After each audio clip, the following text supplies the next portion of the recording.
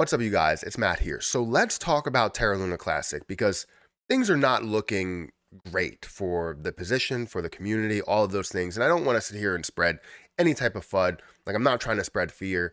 I'm trying to spread information. And if something is happening, and also give out my opinions, which maybe my opinions will create um, some negative movement. That's always the case when you have somebody that may have a little bit of a following that does speak about a position, but understand that before I get into this, that I hold Terra Luna Classic. I do believe in Terra Luna Classic, and I understand that even without larger burns, I do expect this to make major moves in the next bull market. So I'm not giving up on this position, and don't think that just because I have any type of negativity in any way, any channel, any video, it doesn't mean that I'm insanely negative on Terra Luna Classic. But I wanted to talk about this position and what's going on right now, as well as this new proposal that I've seen that came out.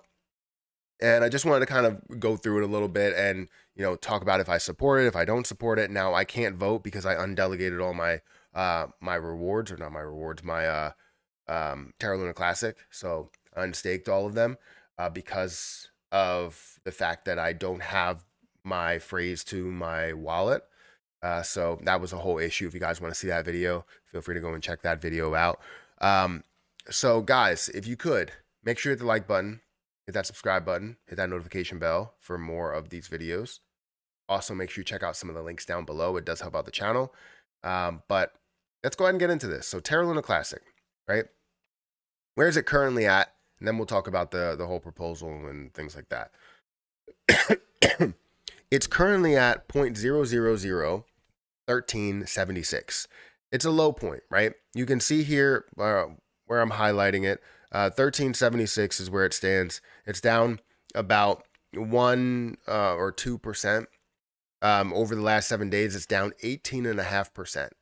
That's more than basically everything in the market, right? There's a lot of things that are down, right? You can see flow is probably close to it. It's actually more than it, but 18.5% is a lot for a position. So it's definitely falling a little bit. We're seeing a collapse in maybe trust, maybe belief. That's understandable, especially in a down market, as we're seeing the rest of the market fall down as well. Terra Luna Classic is currently at an $820 million market cap. I feel like this creates a buying opportunity as it starts to approach a point to where it can gain another zero. Absolutely, it's a buying opportunity, in my opinion. Now, you do see that the volume is at a 15% rise or 16% rise. It's up to $54 million in volume. You're also seeing the circulating supply. That is 5.9 or about 6 trillion coins. Total supply of 7 trillion coins or 6.9 trillion coins. The position doesn't look solid, right? Obviously, it has volume. We're great. Great. It's great to see that. You understand there's a lot of holders, like literally millions of people that are watching this. Um, so you understand it has its strength, it has its popularity, but there's definitely some issues within the community, I would say, that kind of separating a lot of people, whether they believe in it or don't believe in it. When it comes to like the burn tax, when it comes to supporting the community, when it comes to the community fund, when it comes to utility, all those different things that are separating, everyone. And I think um, it's great to see all of these different things, but I feel like there's too many, hands in the cookie jar, right? So what's this proposal that I was talking about? Oh, this proposal is 11,090.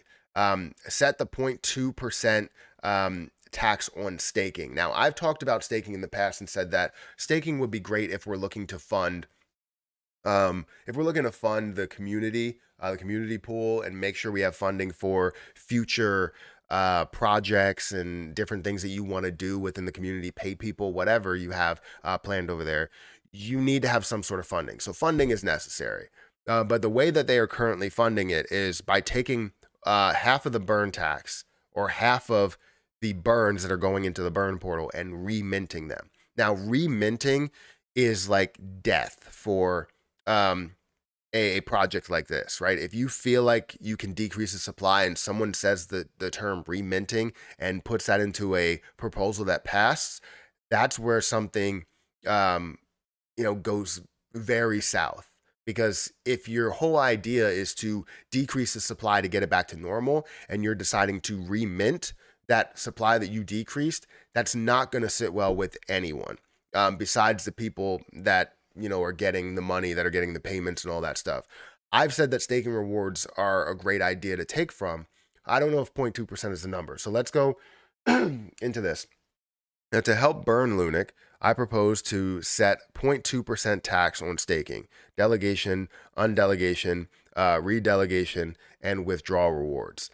0.2% tax is very small, so no one will get hurt or even notice that tax. APY sits where about 16%. So if you get a 0.2% less from 16%, you'll barely notice it. And it'll help burn Lunic a little faster. And of course, if some of the top validators will vote no, and of course, if some of the top validators will vote no for this, at least you'll know they're only up for their profits and don't want to help burning. So this is interesting, right? I understand where this person is coming from saying this, right? If they vote no for it, you understand that they are for their profits. 0.2% is something that they're not going to notice, and it's more of a testing phase. It's not really anything where it's like, this is going to make a difference, because 0.2% would do nothing for the community pool. It's not enough, especially at what percentage we're at now. I believe he said 16%, or they said 16%. If I go to staking, you're going to see that over here. So 18, 17, 16. Yeah. So let's say it's 16% at a small rate, right? At one point, it was 27%, and it was 22, it was 21, and it was up to 35. So the stake and rewards change. They do change. But this right here is currently not passing. You have a lot of people that are 31 or 32 billion that have voted no, 3 billion that has voted yes, and then abstain and no with veto. So you see that one validator already has voted no on this, which is 3.38% of the voting power. So obviously you want to see where people stand, but 0.2% is not enough. We all know that. I at least know it. You need at least from your staking rewards, it's not just 16% of that, right? Because you have the certain amount that you have there, right? And whatever rewards that you're getting back, if you're getting that 16%, hopefully you can take 10% of that. Not say the 16%, you're getting 0.2% taken out. Like I'm talking about, of everybody's staking rewards, you're getting 10% that's taken out of that position.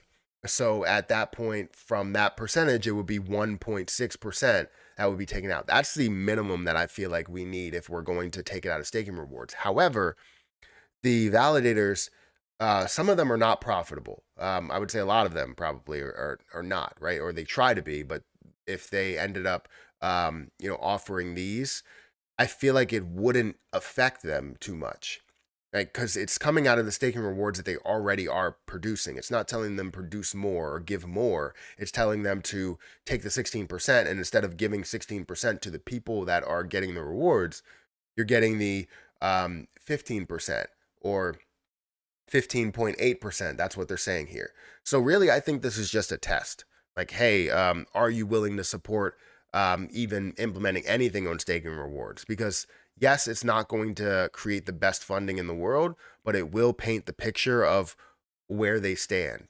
Because I don't understand, I've never understood why staking rewards weren't the first option instead of going to the burn tax that we've produced, that we have pushed to get this launched. It seems like every step of the way they're taking away from this burn tax, the 1.2%.